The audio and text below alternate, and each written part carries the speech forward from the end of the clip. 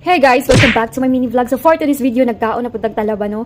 Naali ko diri sa Lindas Manukan. Unahan lang ni sa tipis na ilimnan ha kung wala jud mo katol, wala jud mo katoltol diri sa exact location kay masig ako mawala jud ko diri kung ako ray isa mo adto. Nag-order day ko diri kuan, baboy na sinugma. Syempre di kompleto kung wala tay kuan sa usawan. Ilang talaba diri kay 60 pesos lang isa ka pinggan, duha ka talaba kung gikuha diri gi-orders. Tapos nag-order ako kung isa ka baboy kay ako ra may isa mukaon diri. Di off man nato karon, syempre deserve na to mukaon pug lami no.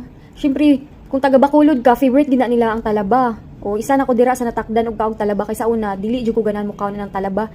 First na kung kaon na di jud mo kaon na karon kay naanad naman ta. Naana man ta sa Bacolod ng puyo, so dapat i-adapt jud mo kun sa ilang pagkaon para di po ka ma-ignorante ba.